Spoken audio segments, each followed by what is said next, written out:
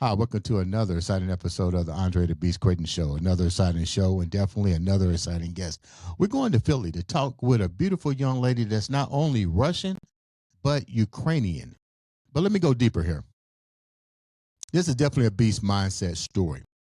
Imagine, if you will, coming through trauma like we all do. But the thing is, how do we come out of this and how do we find the purpose with everything that we've gone through? How about learning a language, for one, a whole new language? Then this is the part that really shook me. It moved me. Walking away from the wrong person. Now tell me that ain't some deep SHIT. So today, this beautiful young lady is going to tell us how all this put that beast mindset of hers into motion. Let's welcome to the show, Elena. I'm going to get this last name. Mizernaya. Did I get it right? Mizernaya. Yes, you were very close. 90%. Close enough. Let's get busy. Ukraine and Russian. What a hellified combination. Tell me a little bit about you and how this came to be. That's so true. It is very crazy mix, I would say. Well, my father, he's Ukrainian, and my mom, she's Russian. They fall in love. They all both musicians, and like they actually met each other like literally on tour, and that's how it happened. Like, did you get how do you merge the two together? With so much, when you hear Russian and Ukrainian, you don't usually hear, love at first sight situations.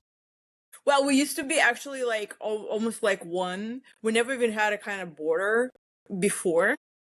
We was like we didn't like we was going to each other, Ukraine and Russia, like no problem, because I have family there and I have family there. Right. But now it's a little bit changed. I'm not sure what happened. I'm not gonna say anything about it. So, but yeah. Go ahead. So you're in Philly right now. So how did you manage to come to? Were you born in the region of Russia and Ukraine? I was born in Russia, and then I was brought up. Like I grew up. Literally, I spent all my 7-8 years of my life in Ukraine. So it's like even for me, I consider that this for me being very important, and Russia and Ukraine both. And then I came here as a student with the student program, but I came to New York. I'm only in Philadelphia for like 3-4 years. So I'm considering myself more like a New Yorker because I spent there more than like 10 years. That's like the first city I literally went to, and I'm just where I stayed the longest. So how did you wind up in New York? In New York, well, I was married at that time. I got married. My ex-husband, he was living there, and that's how I moved to New York. Yes. Now, you talked about. I'm looking at your bio, and thank you. First, let me say thanks for coming on the show and getting ready to share your story. You talked about a story that dealt with a lot of overcoming trauma and bulimia, and to the point that you use treatment as finding a whole new language. How did all this trauma and stuff come to be for you? You know what? I believe I had this trauma when my parents divorced back home, and that's how it started. And that's why I came here. I already kind of had that thing, and I couldn't find any treatment. I couldn't find I I had bulimia for more than 10 years. It was a very long way to just recover from that. It was steps, I would say. I had a very unhealthy relationship with the food, and that's why it prevented me from doing a lot of great things at that time. I couldn't really, and I believe actually that was another thing why we divorced with my first ex-husband. I was an initiator, but I think it's just when you have bulimia, it really does something to you a lot. Like you get insecure, you're not even able to hold a regular job. I could say that because you depend on that. It's terrible to describe. I definitely wish nobody ever experienced that. But yeah, it took me years. It took me years, step by step. I did it myself actually, and I'm very proud of it. Yeah, and I built the normal healthy way of eating, and I don't have it for more than like 7 years now. Yeah. When you talk about bulimia, how did you know that that's what you had? And then you mentioned that something about your parents led you to using the food for your coping mechanism. Did I get that correct? What is that again? You mentioned the first question.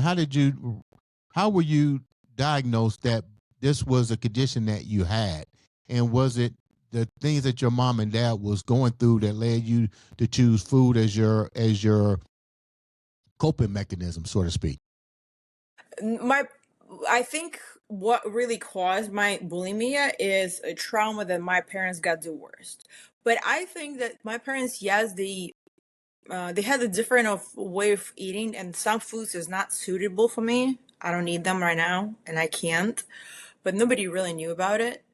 And then I start reading and searching around what's going on with me. And even when I came here, I found the place where they kind of treating bulimia. And I went, I think, for like one session, but they instead of I didn't go there back again. They, instead of helping you out, they just put like almost a sandwich in front of you, like, and it's telling you that you have to finish this food and not throw it out. So that was not helpful, and that's not I didn't help me, and I didn't ever come back to that. And then I was looking my own ways for that, how to actually treat it, and it helped. Yeah. Now, this condition that you was diagnosed with, you was it was diagnosed when you were still in Russia and you or in Ukraine. I had it in Russia, but I never kind of had um never realized what it is exactly.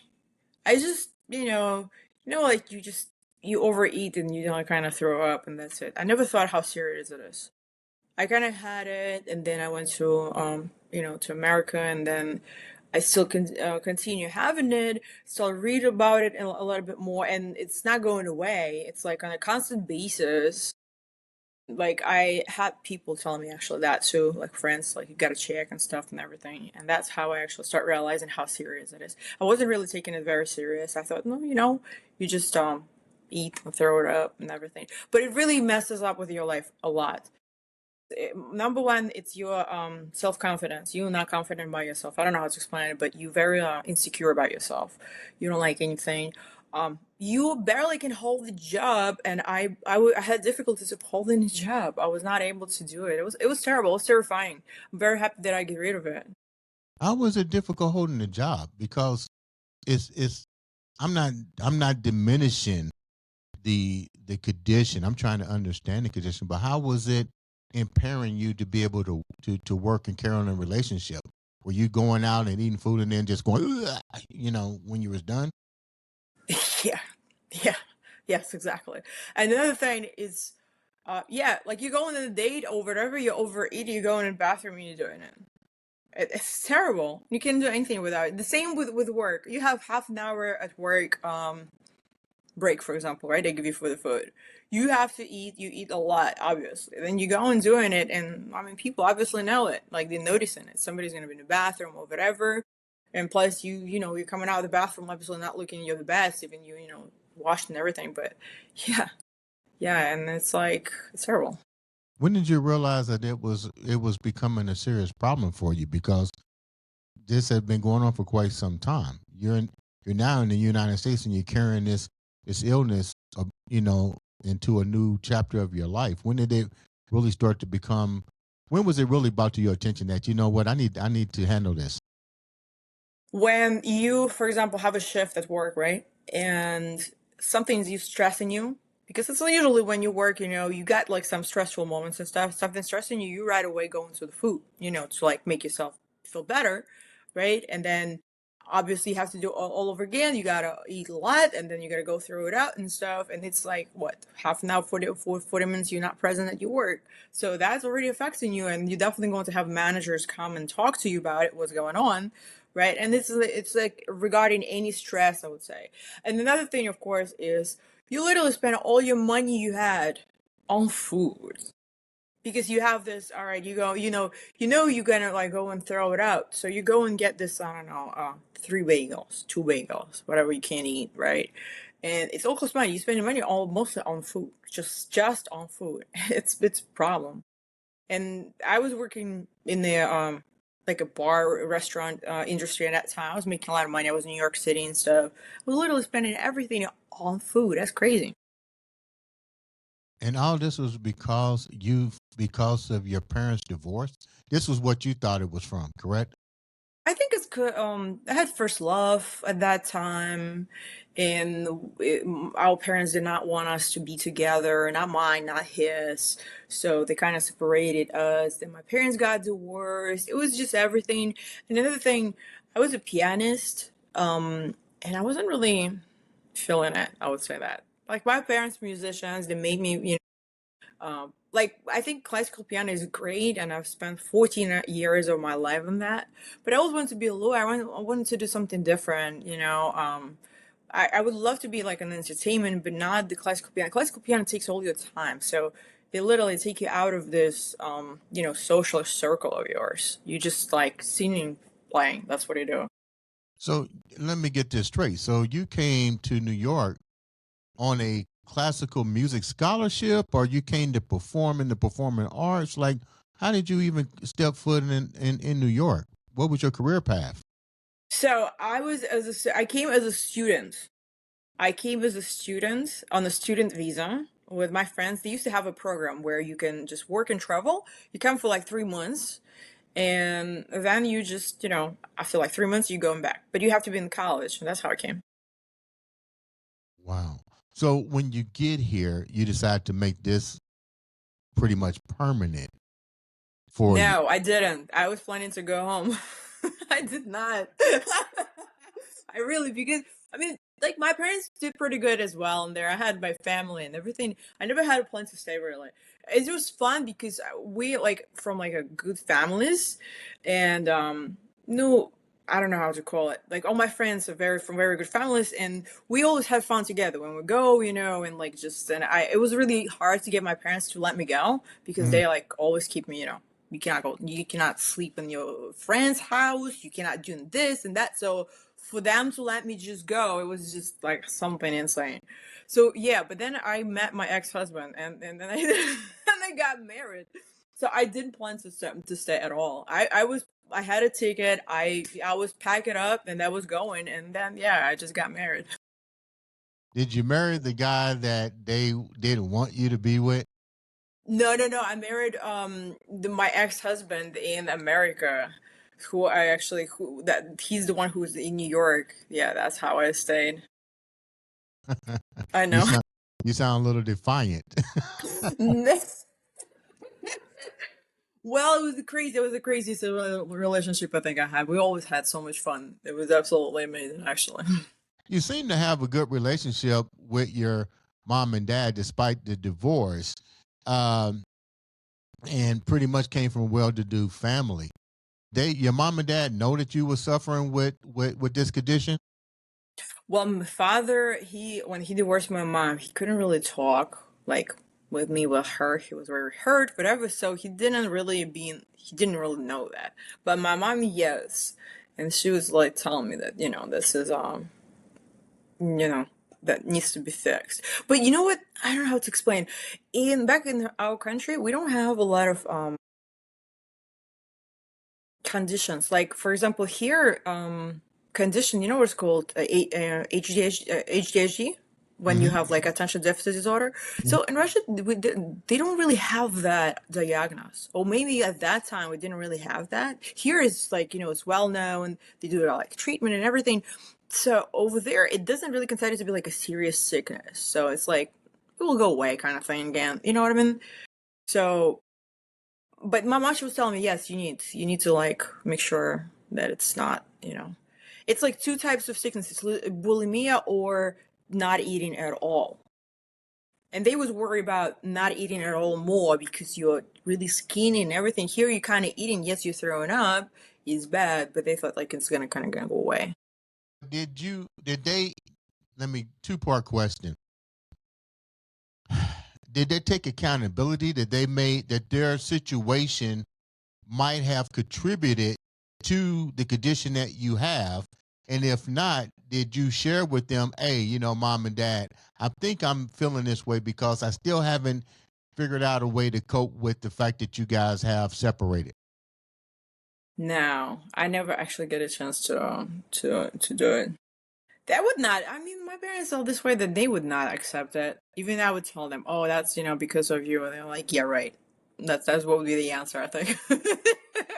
They're like, "Okay, go get an apple for yourself and feel better." Oh man. Okay. Okay. No. So when you really realize that this is jeopardizing, relationships, is jeopardizing careers. You said something that was pretty crazy here. You used learning a completely new language as pretty much of part of your treatment. How did that come about, and why?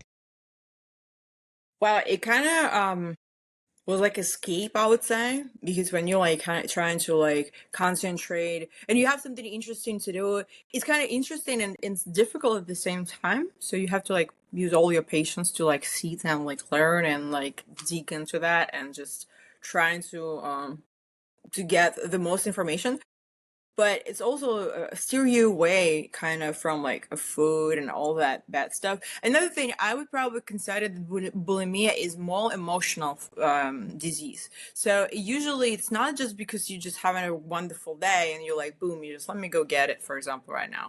It's more like something happened and it like triggered you to like go and get some like bad stuff. I don't know, a lot of chocolate or something like this.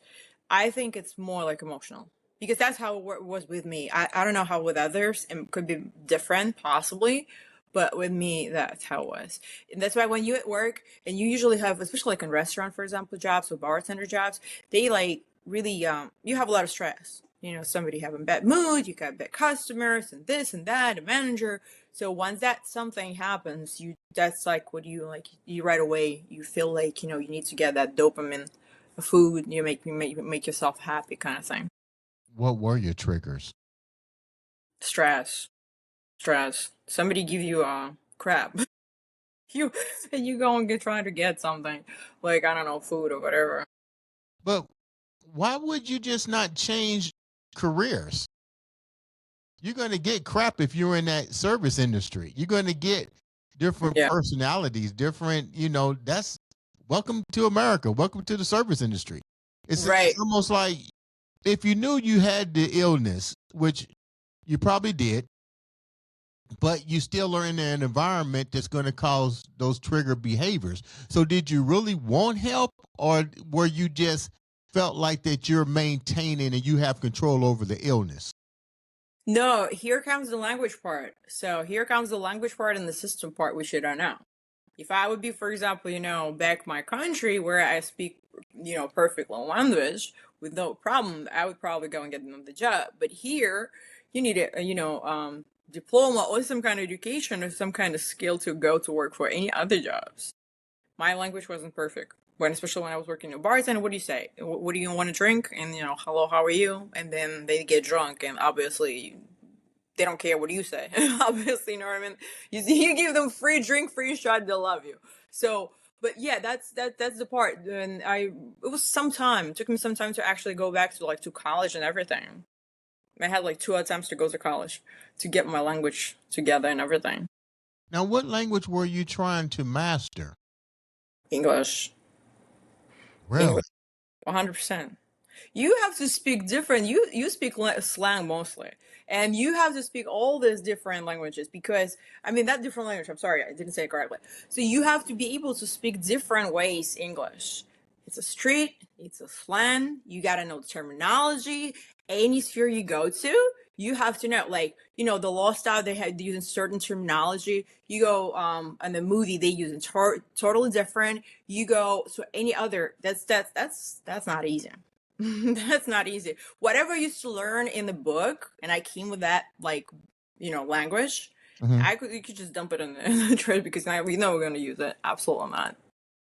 What It's made different. what made with such barriers? with such barriers. What was the driving purpose to stay in America versus going back to your hometown? Number one, I'm this kind of person that I'm just like, I'm not a loser to come back empty handed. Since I already stayed and I made a choice as like, getting married. It was a big fight. My parents was, oh my God, if you going to get married, don't come back. Don't hold for us. That's you and your husband, whatever. And I did stay, right? I wanted to get married. I got married. So I kind of had to do it on my own. And then I could go back, yes, but at the same time, I have this kind of character that I'm like, nah, I'm not going empty-handed. I'll get something at least. I'm not, you So know. your parents gave you an ultimatum, basically, since you're married and you want to be grown, then you make it on your own in America. Basically, was alternative. Right, absolutely. That's what they told me. Yeah, yep, and that's how actually it was. Okay, so let me go here. Walk away from the wrong person. What is that about? The people who not being beneficial in your life and actually steer you away from a good stuff. I would say I've done that. I've done that. It was hard. It was difficult. It's like one day I woke up and I'm like, this is not the life I want. Like you just go through your phone and you see all these people, like you have so many people, but they were like not like useless, but it's just not good for you. Like what it's absolutely and it's like the life and that's what I actually did one time. I throw out my phone. I had like all this like contacts and everything. And I'm just, that's not what I want to be. That's not what I want to do. And I just threw that phone out and started my life like from the beginning. I had it one time in New York City. I The thought I not, was. I hmm? thought I was the only one that ever did that. No, seriously, because that's probably the best thing you could ever do with your life. Because if you understand that these people completely, absolutely, you have no common interest, you have no nothing, you just meet where I would for the drinks or something. What is giving you? Nothing. Absolutely nothing. You can't even get a good valuable information from these people. Why are you even what? What are you gonna do with them? It's funny when you did that. I'm gonna use myself as an example. I Hmm. remember I had millions of contacts in my phone, and I remember coming out of surgery. It was January 21st on my birthday, and I looked at my phone, and I had this epiphany: like nobody in this phone has picked up the phone and called me Hmm. after surgery.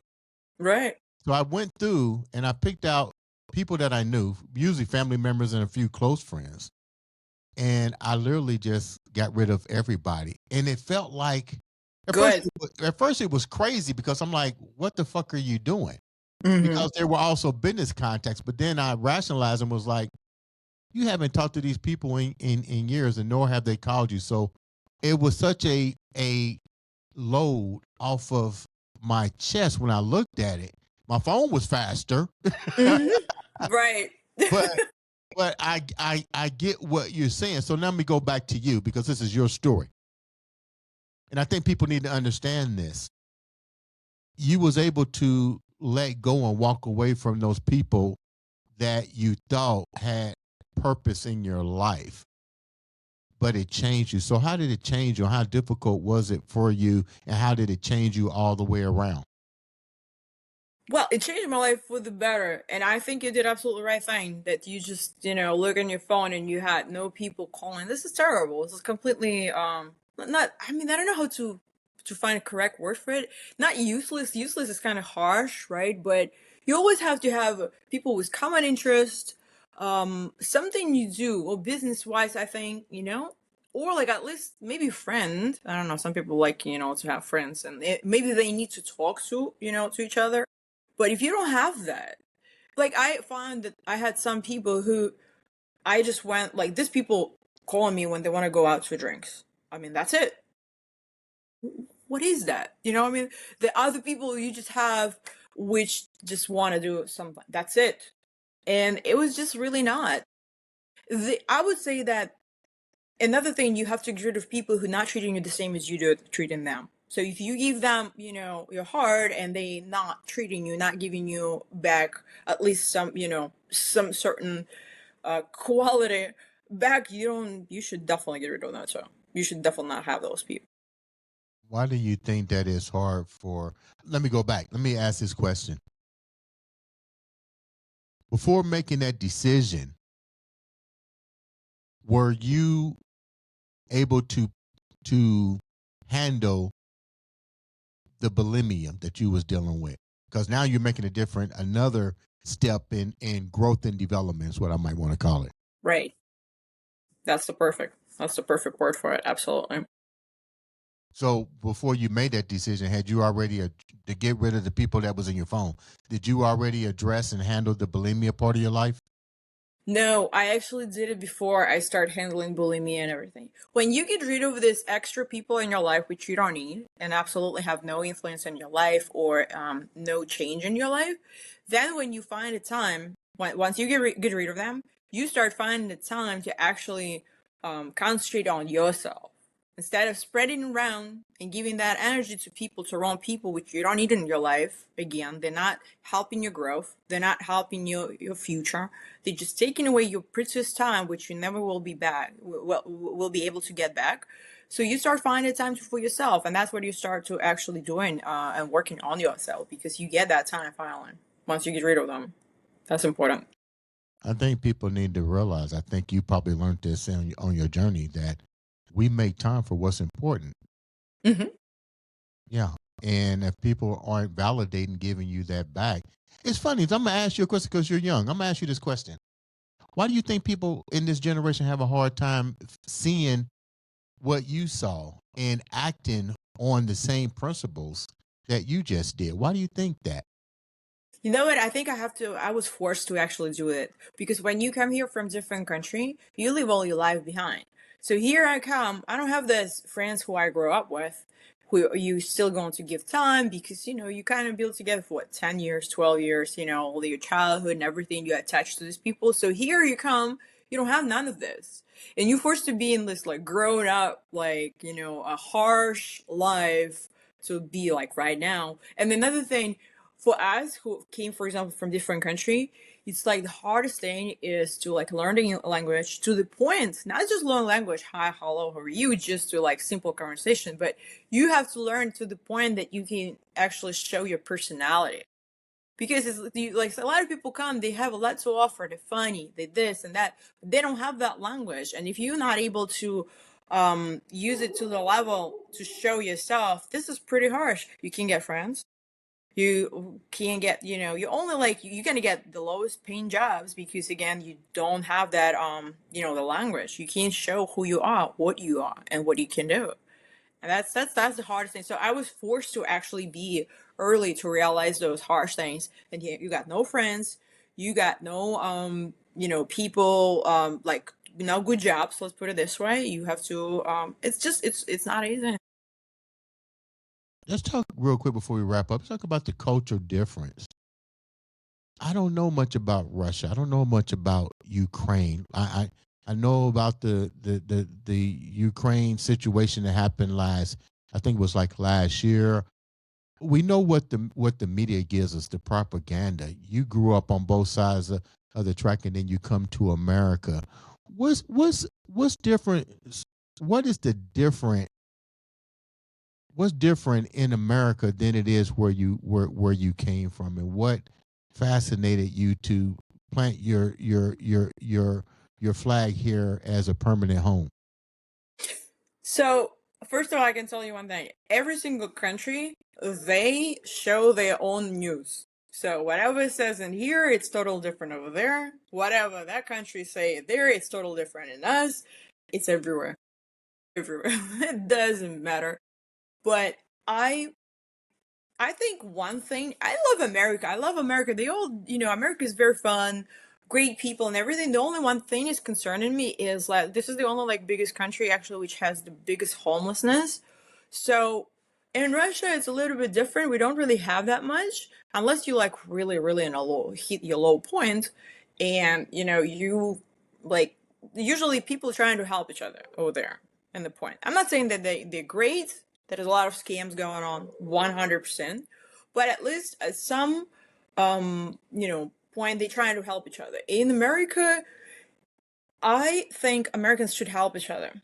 It's very, very important in not like leave, because I felt heartbreaking to see people being on the streets in America. That's like the thing which I think we should help each other, and I will probably try to do something actually about that too when I get to the point, to the level that I can get finance and everything and help some people regarding it. But I love America. America is the country where you can be who you want to be. This is really great. It's very fast. It's very fast, like this. And people are great, people nice. I hear people use that all the time. This is a country that you can be what you want to be. But what about your country? Can't you have those same principles and values? No, it's more stricter. It's more stricter, and you can't just be who you want to be. Like, they cannot create videos and music videos, whatever Hollywood created in a year, 100%. They'll shut them down. It's impossible. No way. Well, Like, you will not see, booties in the.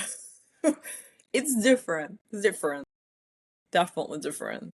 Here, it's a lot more freedom. Here, a lot more things you could do. 100%.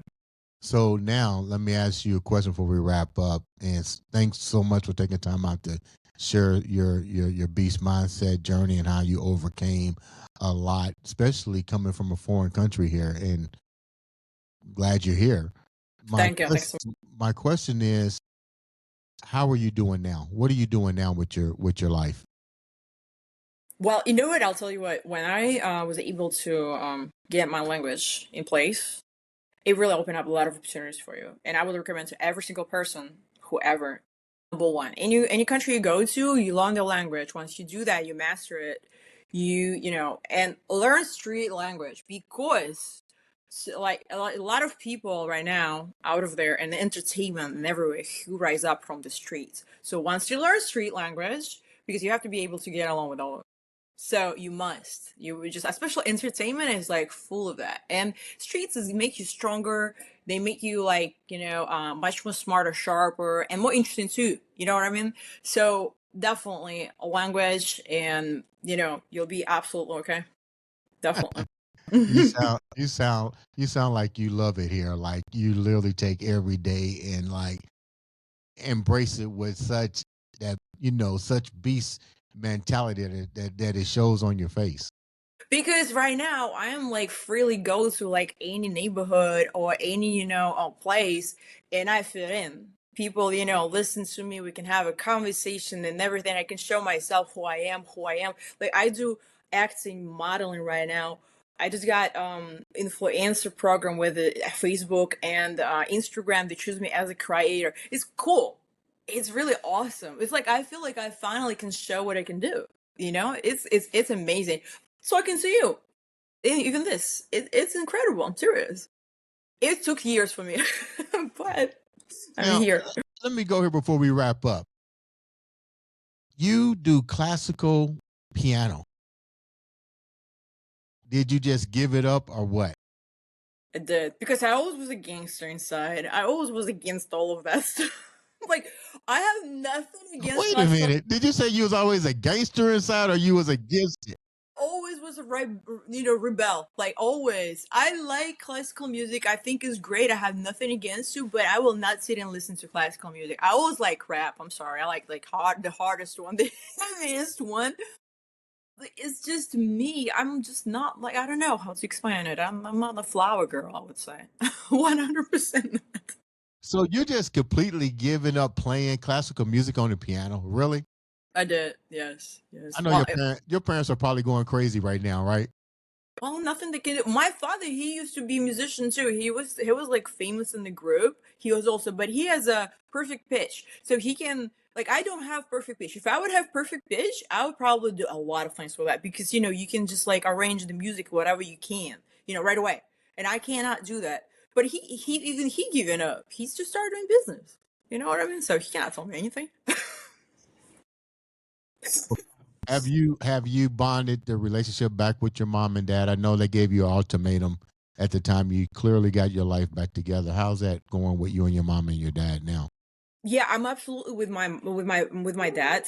Currently, we absolutely, great. We have a great relationship. We constantly, like in contact with him and everything. My mom unfortunately died. I'm sorry. But we was, it was great. Like, and I had to take care of her for like 2 years. I was back in Russia. I was there with her. Yeah. So what's next for you? You've done overcome. You've done so much. Definitely have that beast mindset. What's next for you? What's the purpose? Okay, so I'm trying to open my own. I just built the website for the jewelry, and I'm trying to promote it and to bring it out of there, and that's what I'm trying to do right now. That's like a number one thing which I'm trying to, you know, Did you say make. jewelry? Did you say Yeah, jewelry? yeah, What's the yeah. name of the jewelry? What kind of jewelry is it? It's a metalux. So I have gold and I have silver with moissanite. I believe. All right, I'll show you this. I believe moissanite is a future diamond because it has the same quality as a diamond, but it doesn't cost so much, right? But you cannot figure it out until you bring it in the lab. Oh yeah, moissanite are man-created diamonds. Yeah, I love it. And I think it's great because you know what? I have experience with like working from paycheck to paycheck, right? You also want to look good, but you don't want to spend a fortune because you have a mortgage going on, you have, like other payments, you got to be smart with your money. So this is like a smart way of be shiny. It's still investments since it's a silver and silver goes up, as you know. So if you want even like get the money from this, for example, bracelet, you can. You bring it, they give you like for the silver. And also if you want to bring it on the red carpet or anywhere, nobody would ever say that it's not a diamond. You do the diamond tester, will pass. Yeah, it's like affordable luxury jewelry. And I also have, of course, gold and the real diamonds and stuff and everything. It's online only business. And that's what I'm trying to bring out of there right now. You know what? I am honored that you showcased your new product on our show. I encourage people to support because I think if we do that, we show our humanitarian side by Absolutely. supporting one another. How can the viewers reach out to you and know more about your new business venture? So it's Meta Lux Jewelry. You can find it on Instagram. It's also online. Meta dash Lux dash Jewelry dot. It's a clover online.com. But probably Instagram would be the best and the easiest. It's a Meta Lux Jewelry. METALUX and then the jewelry. So yeah. I'm glad you spelt that because I couldn't pronounce that if you paid me to. You, Oh my god. you know what, baby girl? Thank you so much for taking time out to come on the show and share such a beautiful story about overcoming and keeping that beast mindset. Ladies and gentlemen, make sure you subscribe, like, share, follow. In the meantime, this has been another, and I do mean another exciting episode of the Andre the By Beast. the way, may I add my Instagram page? It's a Chinchilla Lux. Please follow and likes. I will follow you back too. By the way, it's a chinchilla like a chinchilla, the furry. It's my nickname since I was little.